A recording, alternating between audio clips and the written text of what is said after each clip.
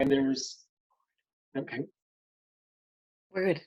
okay. Anyway, and so there's this line in the middle with this, an arrow going up and an arrow going down from that dotted line. And so have you ever had issues when you're singing with going sharp or flat? Maybe when I go higher, sometimes I can get flat. Okay, so what with that virtual dotted line, if you put a dotted line through the middle of that oval, which is like your baked potato, then you need an equidistant opening up and an opening down to maintain accurate intonation. And when people are running sharp, it usually means that they have a good lift in their space, but they have started to climb up from the bottom with tension. And therefore, everything goes sharp. The singer doesn't necessarily hear it, because to them, they're just singing the center line of the pitch. But because of that imbalance of space, it's now turned into sharp. Popular singers might reduce the space in both directions, but there's still a balance of space, okay? And therefore, they're not sharp. So this balance on both sides of that line is the key. If you're going flat, it means the opposite. It means you have probably dropped your palette. You've probably lowered the top of your space while maintaining your depth. And therefore, you think you're on pitch, but we hear that you're flat. And can you, okay, so if the palette's lowered for the flat, what was the sharp again? The sharp will have something to do with tongue tension, laryngeal tension, something that's squeezing up. And that's a common problem leading up into a passaggio point for a lot of singers. Passaggio being the passage, yeah, from register to register. By the way, did you have voice lessons before? Yes. Okay. And where did you take voice lessons? Many places. Like, okay. Yeah, many, yeah. Okay. So some of this terminology should be not brand new to you. Right. And then anyway, so there's going to be I'm just saying that the people usually run sharp more than they run flat. And usually when they do run sharp, it's going to be as they near a passage point, or sometimes when they go into their upper register, depending on how they got there, they might just start to drive everything up with more tension. And that almost always results in being sharp. So it did that to me. I used to sing Una Furtiva Lagrima, and there was this big cadenza section at the very end. And then the orchestra would come back in after a lot of runs and stuff. And I just knew I was probably going to be a half step sharp, and I didn't know why, but I knew I would be. And so my solution was to actively sing about a half step flat for the note where the orchestra was going to come in, and then to adjust. I'm seeing a wasp in my house. That's not good. Hopefully it'll stay away. And teaching, it wants out. But actually, I'm just going to open the back door. Yeah, that's fine. Yeah.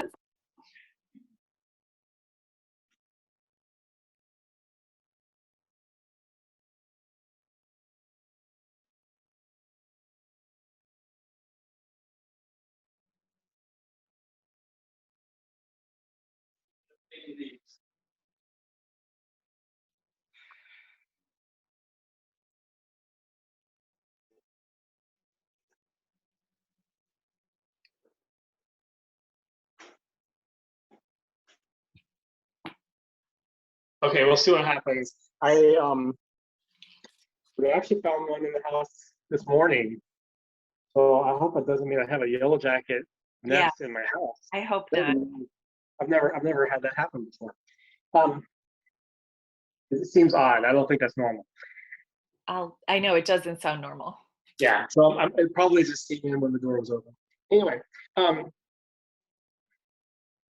so yeah, I would know what would be sharp, and so I would therefore sing flat and then adjust to match the orchestra. And it was a really stupid strategy. But at the time, I didn't know why. And what was really the fault is that as I was going up to the higher notes, I was grabbing and pushing and tensing from underneath. And therefore, I went sharp.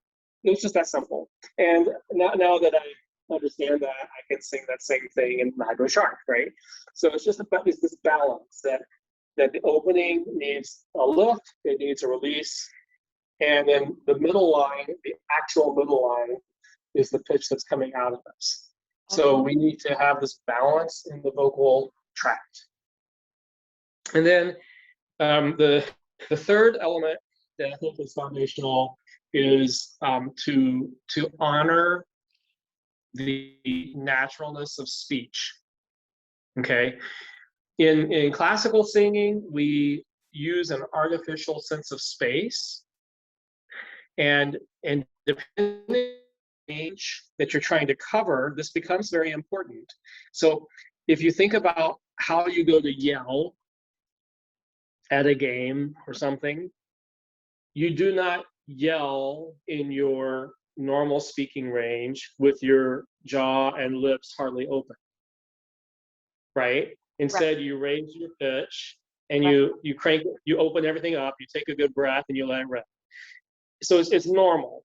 Now, so you could say high notes are like yelling. Okay. In singing, they're very similar. And so in classical singing, you help yourself out if you can establish more space than is absolutely needed in your middle and lower registers. Okay, if you don't establish that space, then you're gonna have to make extra space as you go higher. And so I have done it both ways personally in my singing career. And it used to feel like as I was heading up that I just had to move mountains of space. And then once I figured out how to allow more of that space into my middle and lower register, then the transition up higher got easier because the space was already kind of there. Does this make sense? Yeah. Now, in popular singing, we think more about the space of speech. So you see a lot less aggressive opening of the space, but you also typically see a much smaller range of singing. You don't see people going up into their upper register too much, into their head voice. And therefore, you can get away with that because you're staying closer to the actual range of speech. Okay, yes. Okay. Yep. Okay. So this idea of speech is really important. Now, for whatever reason, we speak usually with relative freedom, but when we go to sing, we don't. You know, and I know there are different parts of the brain, but this is where this speech, honoring speech becomes really key. You know, I'll hear people all day long, they'll say, praise, for example, I praise. And then they sing, praise. They have all kinds of praise. They get all kinds of tongue tension in there. And I'll point it out, say, well, is that really how you say the word? And praise. But there's this disconnect, right? So whether we're talking popular singing styles, folk singing styles, or more classical singing styles, that release that is present in talking needs to be present in singing. Okay, and I don't know what it is. It's more about certain vowels other than for people who have bigger problems than others, but almost always, not 100% of always, but almost always, people don't speak with tension like they do when they sing. And I suspect the reason is it's uncomfortable. To speak with tension is not actually comfortable. Yeah. So anyway, we should not do it when we sing either. So we have breath, vocal tract opening, and then following the guide of good, healthy, natural speaking, Mm-hmm. right? And those are all things that are inside of us. And then there's a fourth thing, which is the singer's formant, singer's formants. Have you ever heard the term singer's formants? No. Okay. And this really pertains more to classical singing, although if you're singing for a microphone and you have good singer's formants, it's not a bad thing. I mean, it just helps the microphone. How do you So spell it? formants. These are frequency overtones, and the human voice is capable of making frequencies that most other instruments don't make. And this is why when I sing with an orchestra of 100 instruments in a room with 5,000 people, I can be heard without a mic. What was the word you used? The human voice is capable of making what? It's certain frequency ranges that other instruments don't really make. Oh, okay. And these are the formats, and we make them, you know, we make them whether we're aware of them or not. But if you can actually catch glimpses of them and kind of become aware of them, then you can start to use them as an ally. The thing is, singers' formants don't happen if those other three categories aren't functioning pretty well. They don't happen in their best way, Yeah. and so we need these three internal things to start creating that fourth thing. Okay. This external thing is something that you definitely can't experience inside of you. You experience it outside of you. And I didn't know about it for years and years and years into my singing career. I used to hear people describe it in different ways. They would talk about how, you know, when you're singing and it's like, it sounds super distorted, and then you know it's like really good. And I would nod my head and I would be thinking, I have no idea what you're talking about, because I'd never heard distorted. And then one day I was working on an exercise and I happened across this thing where I saw and heard my sound go whoo, when I heard it like go out here instead of here. And I was like, oh, what's that? And I started to work on this exploration. And then it wasn't long after that, a couple of weeks later, I was back in Mannheim, and well, before I went to Mannheim, I popped into my graduate school voice teacher to show him what I had found, because he knew my voice for years and years. And I showed him, and he said, "You're singing brighter." And I thought, Dominic, it's not just brighter. I don't know what it is, but it's not just brighter. So, but he couldn't really hear it. He just felt like I was singing brighter. And then I went back to Germany, and I remember I went to hear my friend perform in some opera, and it was shocking because he started to sing and my ears started to have this distortion thing going on. And I was like, what is that? Oh my goodness, that's almost painful. And then I realized, I remembered all these things people had said to me over the years, and I was like, wow, Jaakko is making that so much. And here's the thing, Jaakko was making that the previous year as well, and I couldn't hear it. Mm-hmm. And then I could hear it, and all of a sudden I couldn't unhear it. And it happened with several colleagues, same thing. And then I started pulling out recordings, you know, CDs that I'd listened to countless times, and then I started hearing it in these recordings. So it's like I couldn't hear it, and then I could hear it. I was unaware of it, and then I was aware. And I had recordings of myself, you know, practice recordings and whatnot, in which I, out of necessity, had utilized it without knowing I was utilizing it. So I had also made it before I knew how to make it. Okay, so this mystical thing called the formant, if you can start to build an understanding of what that is, then it really frees you up in a lot of ways, because if you can have that actively being created in your sound, then it means certain other fundamentals are probably working pretty well. Okay, and it also means you're projecting. It means your voice is being heard out there. And if out there is just to a microphone, then it means your voice is being heard to a microphone. A microphone can only record what it gets. So that's a good sound source. Whereas, a lot of stuff that people put into microphones are not good sound sources. Yeah.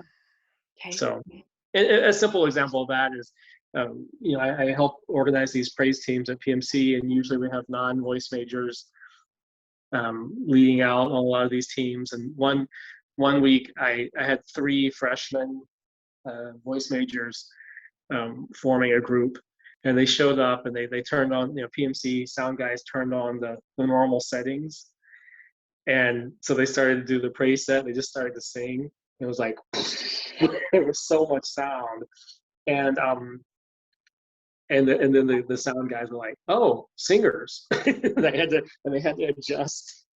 So we're talking about the difference between a voice that goes somewhere or a voice that stays kind of in you and doesn't really travel.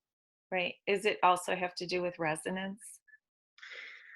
Sort of, not really. Resonance, if you think about a speaker, is something that happens within the box. So you have a sound source, and then you have a resonator. And so your body, your throat, all of this is a resonator.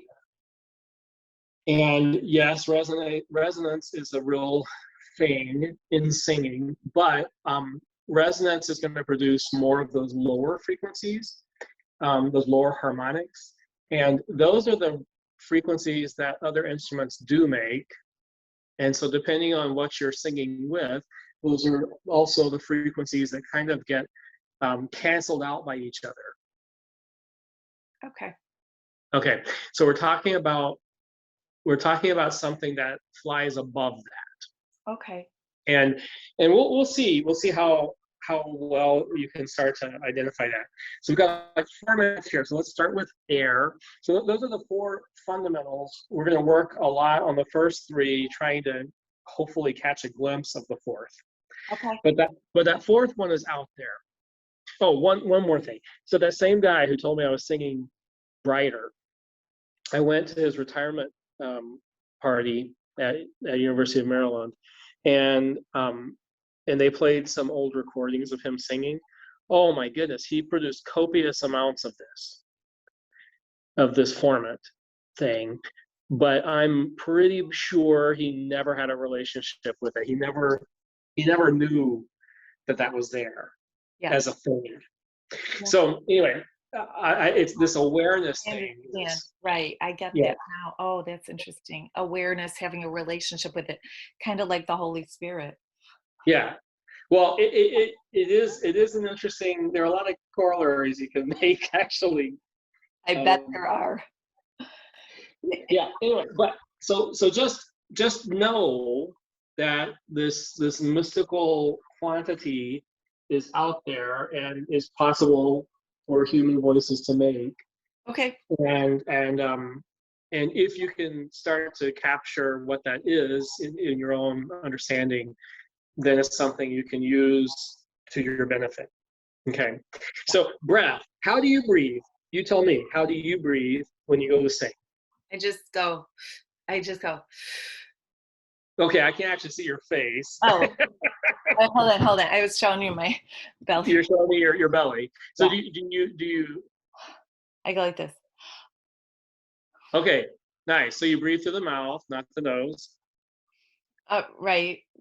Good. It's usually quick, like, and I try to make it go deep so my diaphragm goes lower. Yeah. Okay. But you can't feel your diaphragm? I know. Okay, good. Now, Good. So I'm watching you breathe through your mouth. That makes me very happy. Okay, good. I totally recommend. There's a book called Great Singers on Great Singing, and I think out of like 60 singers that they interview, only 2 recommend nose breathing. Okay, okay. Well, the reason is really super simple. Every time you breathe through the nose, you have to lower the soft palate because you can't breathe through the nose if the soft palate is lifted. So if you breathe through the mouth, you can breathe with your soft palate lifted, and you're already in a singing position. Everybody that you've heard the beginning of the yawn as an expression of how you sing, that's the lifted soft palate. Well, you can't breathe through the nose and have that sensation. Not possible. Okay. Okay, so through the mouth, better. Now, you said fast. Are you sucking wind in or is it just falling in? Sucking in. So I would like to suggest that you don't suck in. I would like to suggest that you just open and let the air fall in. That's deep. I don't know how to do that. Okay, so how do the lungs take in air?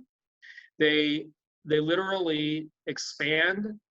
And how do they expand? It's because they're attached to the ribs. So the rib cage has to expand. And when it does, it expands the lungs. The diaphragm needs to descend. That expands the air as well, or the lungs. When they expand, that creates a vacuum. It creates an imbalance in the equilibrium. It creates a vacuum, and then the air is sucked in. So you don't need to suck it in. You don't have to fill the lungs. They just fill themselves because of this opening. So imagine there's an inner tube going around your middle section, and just open out to meet it and feel the air fall in. Okay.